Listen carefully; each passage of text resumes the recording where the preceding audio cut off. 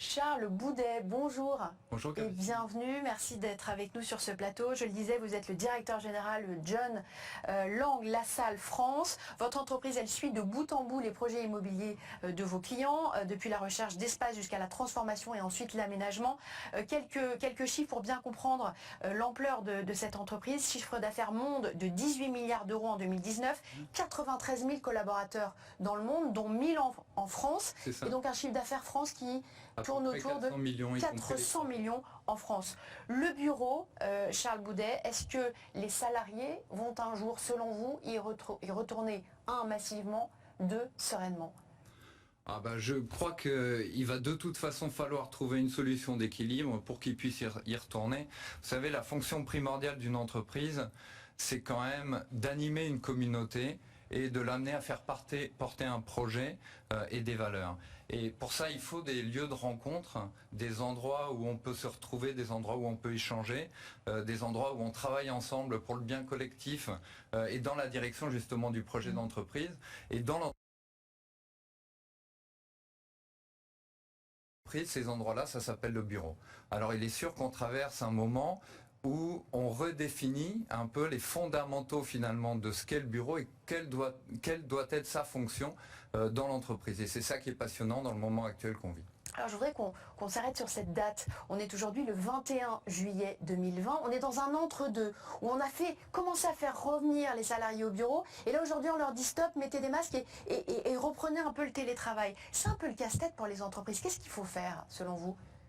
Je crois qu'aujourd'hui, chaque chef d'entreprise vit à la vitesse et l'évolution finalement de la pandémie elle-même et des contraintes sanitaires qu'elle donne. Ça n'a quelque part rien à voir avec l'ambition qu'on voudrait avoir du bureau lui-même.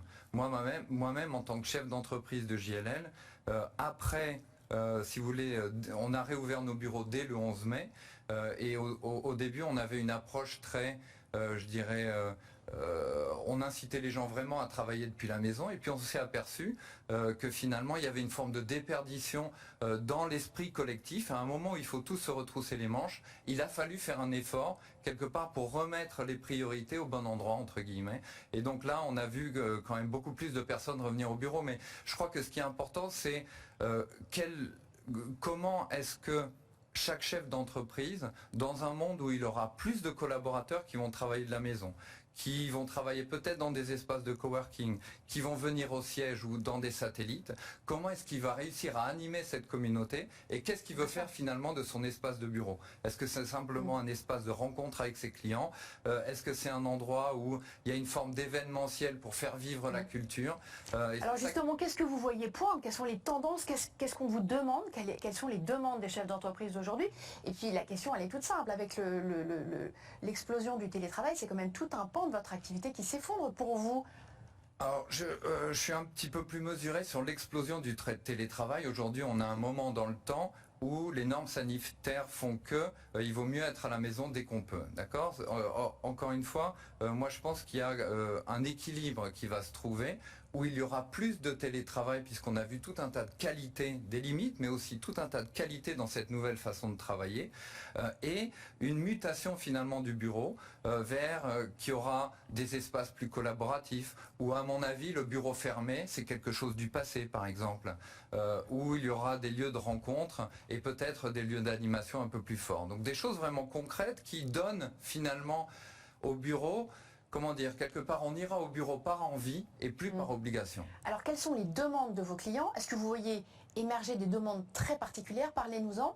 Et comment est-ce que vous y répondez? Est-ce que vous avez la capacité d'être suffisamment réactif? Alors, je crois que la première demande de nos clients, elle est de considérer l'immobilier plus simplement comme de l'immobilier, mais comme un vrai projet d'entreprise. On voit bien que, et ça c'est quelque chose qui à mon sens est rassurant, on voit bien que l'immobilier est venu enfin en haut de la pile du directeur général, alors qu'avant c'était peut-être géré par d'autres services où c'était vu un peu comme une commodité. Donc ça nous oblige, nous, dans notre métier, à aussi se réinventer. Nous sommes agréé organisme de formation pour accompagner le changement des collaborateurs dans les nouvelles manières de travailler. Nous avons investi lourdement dans la technologie avec une entité qui s'appelle JLL Technologies, justement pour donner des solutions technologiques, parce qu'activer ces nouveaux mètres carrés va être beaucoup plus compliqué qu'avant, quand on était assis en batterie, si vous voulez, dans des open space.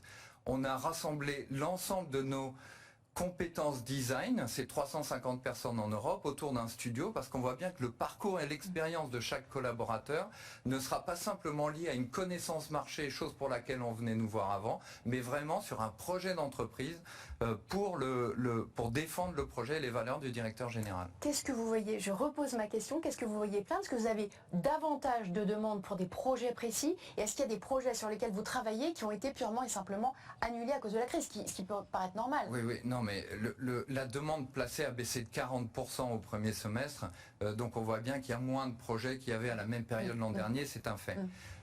Les entreprises aujourd'hui sont en phase de réflexion et elles interrogent beaucoup leurs collaborateurs pour voir le vécu justement de la période de confinement, pour voir les attentes en termes de télétravail et les attentes en termes du rôle de bureau. Donc je pense qu'on va avoir beaucoup de mouvements à partir du Q4 de cette année et qui vont s'étendre, si vous voulez, sur l'année prochaine, avec des demandes beaucoup plus concrètes. Mais aujourd'hui, nous accompagnons énormément d'entreprises pour définir leurs projets, quel est l'immobilier, quelle est l'empreinte, et évidemment pour générer des économies à court terme, puisqu'aujourd'hui, cash is king, entre guillemets. Donc ça veut dire que l'immobilier de bureau demain, il va intégrer cette thématique, cette notion de télétravail. Donc vous travaillez sur des projets qui sont un peu hybrides, télétravail et je vais au bureau? Qui sont complètement hybrides et on voit bien... Tout en incluant l'incidence psychologique du télétravail qui peut être un peu néfaste.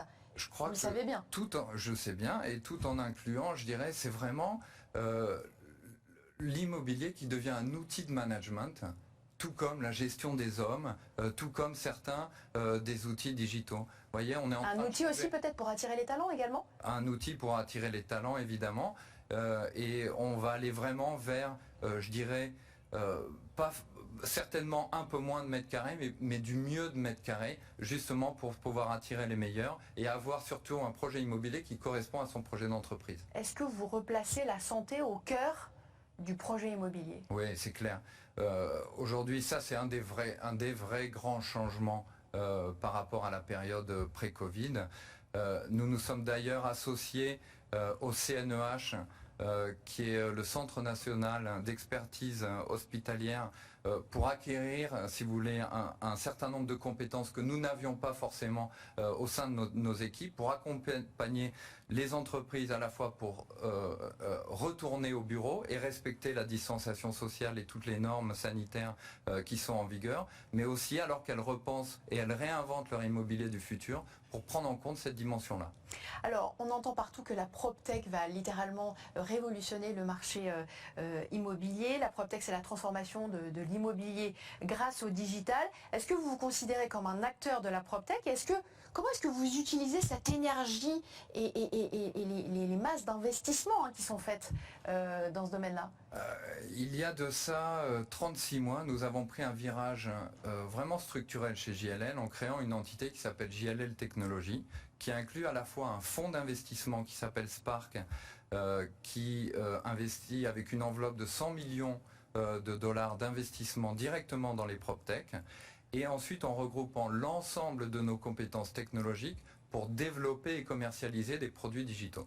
D'accord? Donc ça vit aujourd'hui et on sent un véritable essor autour de toutes ces activités-là dans la demande de nos clients.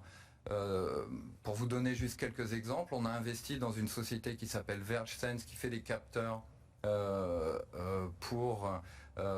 spatiaux pour mieux monitorer la data et les éléments à l'intérieur des bureaux. À l'époque, ou si vous voulez avant, c'était utilisé pour voir quels sont les espaces du bureau que j'utilise pas beaucoup pour les optimiser. Aujourd'hui, c'est aussi utilisé pour voir ceux qui sont trop densément utilisés et où la distanciation n'est pas forcément bien respectée. Donc tous ces éléments technologiques vraiment sont accélérées, si vous voulez, par ce qu'on voit. Et quand vous avez des équipes à manager, certaines qui sont à la maison, certaines qui sont au bureau, vous voyez bien que vous avez besoin d'autres outils technologiques pour faire ça de manière efficace. On se souvient tous qu'au moment du confinement, on a mis tous un peu de temps avant de retrouver un bon niveau d'efficacité dans cette nouvelle norme. Bien sûr. Alors, dans ce marché de la PropTech, il y a un point important, c'est la data, le marché de la data, que vous exploitez de plus en plus, j'imagine. Pourquoi est-ce que la data devient incontournable dans un secteur comme le vôtre? Comment est-ce que vous pouvez utiliser cette substantifique moelle? La data ou l'intelligence artificielle, si vous voulez, à mon sens, n'a pas vocation à remplacer. On entend un peu des mythes et des réalités. Par contre, elle peut réellement augmenter les performances. Et notamment quand vous êtes dans un métier d'intermédiaire. Donnez-nous un exemple. Donnez-nous un exemple. Nous avons lancé il y a 3 ou 4 ans un grand programme qu'on appelle Next. Qui est basé sur l'intelligence artificielle et qui permet à nos agents commerciaux de travailler de manière structurellement différente de ce qu'ils faisaient avant. Donc en quoi ça consiste? On a des grandes équipes data qui regroupent l'ensemble des données, 100% des données du marché. Et ce qui fait qu'un processus de recherche de bureau qui pouvait prendre 3 ou 4 mois auparavant peut prendre aujourd'hui 1 heure avec une expérience combinée entre la data que nous mettons à disposition de nos clients et nos experts qui néanmoins, grâce à leur connaissance intime du marché, aident et orientent dans la prise de décision. Le bureau connecté sur lequel vous travaillez, truffé d'intelligence artificielle puisque vous venez d'en parler, il va ressembler à quoi? Ça va être, si vous voulez, un bureau qui va faire évoluer les frontières entre les différents acteurs du bureau, un peu pour le bien commun. C'est-à-dire qu'aujourd'hui, vous avez un propriétaire qui s'occupe de gérer les murs, vous avez un locataire qui s'occupe de gérer l'espace dans lequel il est, et puis tout le monde réinvente tout à chaque moment du process, si vous voulez, immobilier, un peu au détriment de la planète. Et aujourd'hui, arriver à connecter ces choses entre elles, en tirer plus de data, pouvoir l'analyser et quelque part faire en sorte qu'on travaille de manière beaucoup plus efficace et beaucoup plus directe, c'est un peu ça ce que nous propose finalement l'immeuble connecté. Mais ce qui est intéressant dans cette initiative-là, c'est qu'elle demande à chacun un vrai dépassement de fonction quelque part et la compréhension que l'enjeu de l'environnement est colossal. Vous savez, dans l'immobilier représente 30% des émissions de CO2 à travers la construction, la gestion et l'utilisation des immeubles et représente en France 70% des déchets. Donc là, je crois que les médias en parlent peut-être pas assez, mais moi il me semble que dans notre industrie, on a une véritable responsabilité autour de ce sujet-là. Et en tout cas, c'est un vrai sujet qu'on prend à bras le corps chez JLL et qu'on veut embrasser.